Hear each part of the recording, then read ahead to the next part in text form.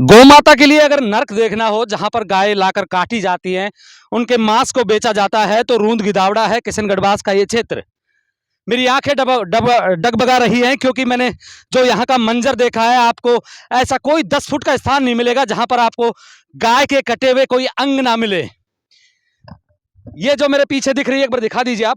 मेरे पीछे दिख रहा है ये दुर्गम क्षेत्र, जहां पर आप 1 मिनट नहीं रुक सकते, क्योंकि यहाँ की बदबू इतनी भयंकर है। अगर आप 2 सेकंड भी रुक गए तो बेहोश हो सकते हैं।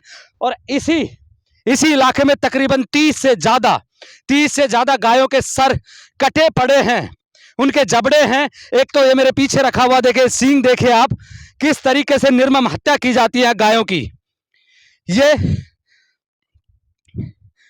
कहीं कहीं अगर किसी का पर्स गायब हो जाता है तो पुलिस 1 मिनट में उसको ढूंढ सकती है, लेकिन यहाँ कितने दिनों से गायें कट रही हैं, कितनी गायें कट चुकी हैं। दैनिक भास्कर की माने तो पर डे 20 और 1 महीने में 60, या यूं कहें कि 12 महीने में अगर बात करें 4,800 या 5,000 के आसपास साल भर में यहाँ गायें कटती है, जिनसे यहाँ के जो लोग हैं, जो गाय काटने में जो गाय काटते हैं, जिनका ये पेशा है, वो लोग तकरीबन 5,000 गाय पर ईयर काट देते हैं। यह तो एक अनऑफिशियल आंकड़ा है, लेकिन अगर यहाँ पर जिस तरीके से गायों के गर्दन रखी हुई है, जिस तरीके से उनकी खाल है, उसको देखते हुए लगता है कि इससे भी ज्यादा का आंकड़ा यह हो सकता है। जब आप किशनगढ़ क्षेत्र से रूंद गिदावड़ा के लिए आएंगे तो रास्ते में आपको कई ऐसी दुकानें मिलेंगी जहां पर आपको खाने के लिए नॉन वेज के होटल हैं। कहा यह जाता है कि अगर इनको चेक किया जाए तो आपको यहां से गाय का मीट बरामद हो सकता है। कुछ दिन पहले भी पुलिस के कुछ जो डीएसटी टीम है, उसने गोमांस से भरी हुई एक गाड़ी को पकड़ा था, लेकिन यहाँ के जो एसपी थे, उन्होंने उस गाड़ी को छुड़वा दिया। अब क्यों छूटी वो गाड़ी, इसका पता नहीं है। डीएसटी की टीम की कार्यवाही थी वो, और उसके बाद में उनको छोड़ दिया गया। वो गाड़ी भी आज तक जब्त नहीं है। अब बात करें कि गोमांस को किस तरीके से बेचा जाता है। गोमांस के लिए यहां पर एक जिस तरीके से गांव से जो लोग सब्जी बोते हैं और एक मंडी लगाते हैं, जहां पर चारों तरफ के किसान आकर एक जगह बैठते हैं, अपने अपने सामान को लेकर, अपनी अपनी सब्जियों को लेकर। दूर दराज से लोग आते हैं, जिनको जो सब्जियां पसंद आती है वो लेके जाते हैं। उसी तरीके से यहां पर बीफ की मंडी लगती है, या यूं कहें कि गाय के मांस की मंडी लगती है। यहां पर रोज दोपहर 12 से 3 बजे के बीच में गोमांस काटा जाता है, और आसपास के लोग और आसपास के जो विधानसभा क्षेत्र है, वहां के लोग मांस खरीदने के लिए आते हैं। भास्कर ने कहा है कि 100 से 150 रुपए किलो वो मीट मिलता है। इसके अलावा बात करें तो यह हरियाणा क्षेत्र से लगता हुआ भी इलाका है। कहा जाता है कि यहां से कटी हुई गायों का जो मांस है वो हरियाणा क्षेत्र में भी सप्लाई होता है। इधर तिजारा विधानसभा पड़ता है, उसमें किशनगढ़ में हम खड़े हैं, रामगढ़ और अलवर ग्रामीण में भी यहां से गोमांस की सप्लाई होती है। गोमांस को बेचने के नए नए तरीके आ गए। जिस तरीके से आप ऑनलाइन कोई चीज खरीदते हैं मार्केट से, बड़ी बड़ी कंपनियां हैं जो आपके घर पे डिलीवरी कर देती हैं। आप एक ऑर्डर कीजिए, उसी तरीके से आप ऑर्डर कीजिए, क्योंकि इन्होंने अपने व्हाट्सएप ग्रुप बना रखे हैं। उन व्हाट्सएप ग्रुप में अगर आप ऐड हैं या आपको गोमांस चाहिए तो एक मैसेज करवाइए, जहां जितना मांस आपको चाहिए उतना मांस आपको अपने स्थान पर मिलेगा। इस तरीके से ये कहें कि हिंदुस्तान की अगर गोमांस की सबसे बड़ी मंडी कहीं बना दी गई है, कहीं बन गई है, वो किशनगढ़ क्षेत्र है। यहां के प्रशासन, पुलिस की बात करें या नेताओं की बात करें, दोनों के बयान बड़े अजीबोगरीब हैं। एक प्रशासन का यह कहना कि अकेले जा नहीं सकते, कार्रवाई करते हैं तो वहां की स्थानीय महिलाएं चिल्ला चिल्ला कर हम पे दूसरे इल्जाम लगा देती है, लेकिन ऐसा कभी देखने को नहीं मिला किसी पे इल्जाम लगाया हो, क्योंकि ना तो कोई खबर अखबार में आई है, ना टीवी चैनल पर चली है कि पुलिस कोई कार्रवाई करने आई हो और महिलाओं ने उनको रोका हो। दूसरी तरफ नेता जो यहां से चुनाव लड़ते हैं, क्या उनको नहीं पता कि यहां गोमांस का इतना बड़ा अड्डा, या यूं कहे कि एक मंडी बना दी गई है, जिसके ऊपर कांग्रेस और बीजेपी दोनों चुप हैं। कांग्रेस के राज की बात करें, यह कोई एक दिन का काम नहीं है, पता नहीं कितने दिनों तक यह काम चलता रहा है।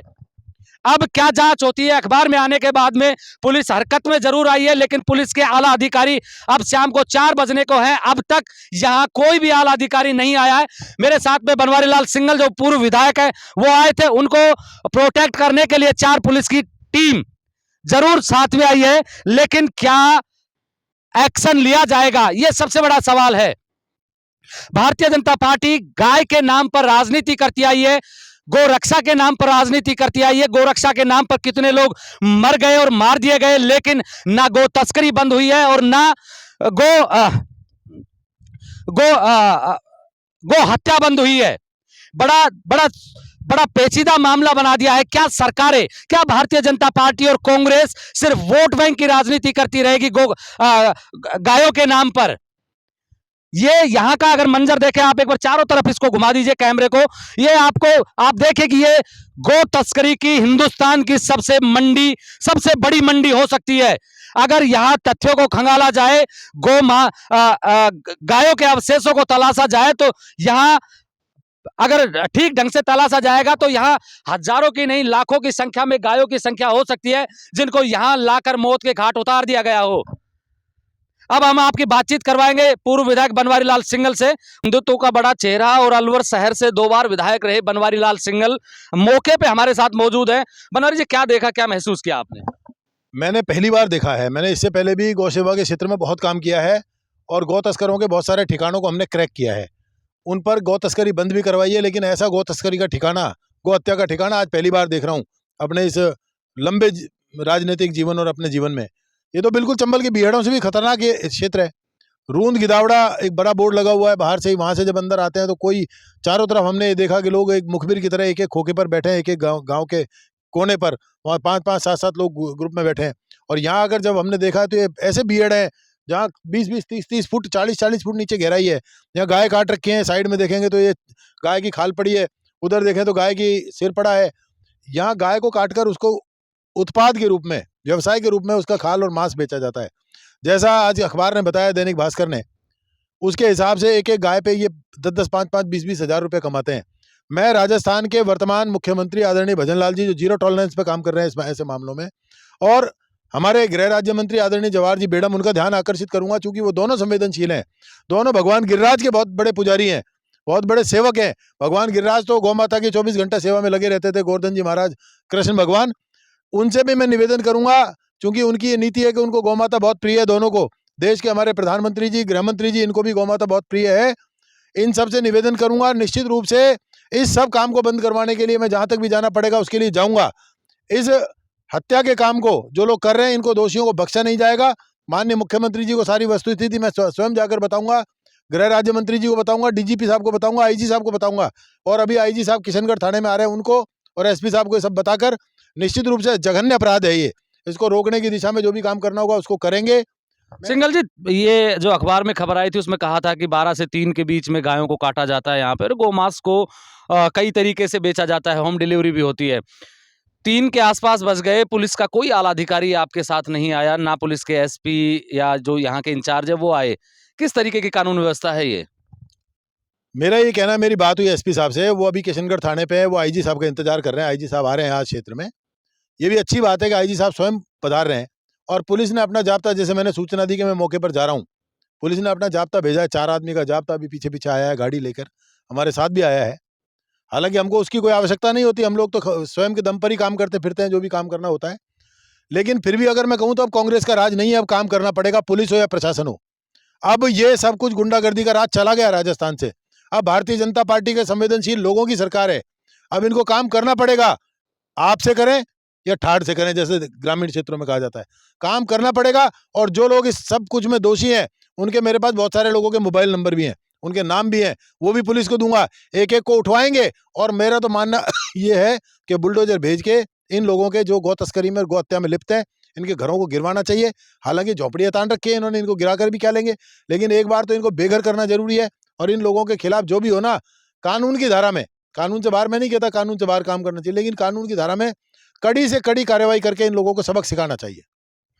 सिंघल साहब, इतने बड़े नेता हैं, गो तस्करी पे आपने कहा कि आपने बहुत काम किए हैं, क्या आपको पता नहीं था कि यहाँ गो तस्करी होती है, या फिर सरकार का डर था कि कांग्रेस की सरकार है, कोई कार्रवाई नहीं होगी? नहीं, मुझे ये तो पता था कि किशनगढ़ तिजारा में गोकशी होती है, लेकिन एग्जैक्ट आज जब अखबार ने छापा है, तो मैं तो दैनिक भास्कर का और उनकी टीम का बहुत धन्यवाद, साधुवाद करना चाहता हूँ कि उन्होंने किस तरह से हिम्मत करके, बिल्कुल। क्या ये देश पत्रकारों के भरोसे चलेगा? जब जनता आपको वोट दे के चुनती है, विधानसभा भेजती है, पत्रकार कोई किसी खबर को छापेंगे, तभी क्यों एक्शन में आते हैं आप लोग, तभी क्यों आए आप? लोकतंत्र का चौथा स्तंभ है मीडिया, और मीडिया अगर राजनीति का ध्यान आकर्षित नहीं करेगा, शासन का ध्यान आकर्षित नहीं करेगा, तो फिर कैसे काम चलेगा। मैं तो धन्यवाद करना चाहता हूँ आपका भी, महेंद्र जी, और दैनिक भास्कर का भी, कि आप लोग जिस तरह से सजग होकर आज अपनी जान को जोखिम में डाल के पत्रकारिता कर रहे हैं। मुझे तो आप रास्ते में मिले हैं और आप तैयार हो गए 1 मिनट में अपने दूसरे किसी भी काम को छोड़कर यहाँ आने के लिए। मैं आपका भी धन्यवाद करता हूँ। दैनिक भास्कर का तो जितना साधुवाद किया जाए मुझे लगता है कम है। मेरा जीवन, मेरा सौभाग्य है कि भगवान की कृपा से गौ माता के काम में बहुत लंबा समय निकला है, और अब पुनः आज मैंने जब ये देखा है तो मेरी आत्मा बड़ी कचोट रही है कि ये क्या हो रहा है। यहाँ अभी दीपचंद जी खैरिया विधायक हैं, जो पिछली बार भी विधायक थे। उनका बयान आया कि मुझे सब पता है। अगर उनको पता है तो फिर उनको गौ माता माफ नहीं करेगी। ऐसे लोगों को निश्चित रूप से इस धरती पर जीवित रहने का भी अधिकार नहीं है, जिनको ये पता है कि गाय कट रही है और वो हिंदू हैं और जाट समाज है जो वीरता के लिए बहुत जाना जाता है। ऐसे समाज से आदरणीय दीपचंद जी खैरिया हैं। सूरजमल जी ने तो हिंदुत्व की रक्षा के लिए अपनी जान को बाजी पर लगाया, उनके पूरे परिवार ने लगाया। उन्होंने आज जो बयान दिया है उससे बड़ी निराशा हुई कि हाँ, मुझे पता है कि ऐसा होता है। यहाँ से आपके रामेश जी भी 2 बार विधायक रहे थे, अब बाबा बालकनाथ तिजारा से विधायक है। बड़े लंबे चौड़े वादे किए थे चुनाव के दौरान। मैं रामेश जी को भी और बाबा बालकनाथ जी को भी, दोनों को इस संज्ञान में लाऊंगा आज की इस पूरी घटना को। और हालांकि अखबार तो उन्होंने भी पढ़ा है, लेकिन मैं इसको जो आंखा देखा मैंने देखा है, इसको सबको उनको बताऊंगा और बताकर इस पे जो भी मजबूती से कार्रवाई, रामेश जी हो, बालकनाथ जी हो, मैं हूँ, या और भी जो लोग साथ लगना चाहेंगे, सबको साथ लेकर इसमें मजबूत कार्रवाई कराएंगे, ये मैं विश्वास दिलाता हूँ। ये है पूर्व विधायक बनवारी लाल सिंघल जो हमसे बातचीत कर रहे हैं।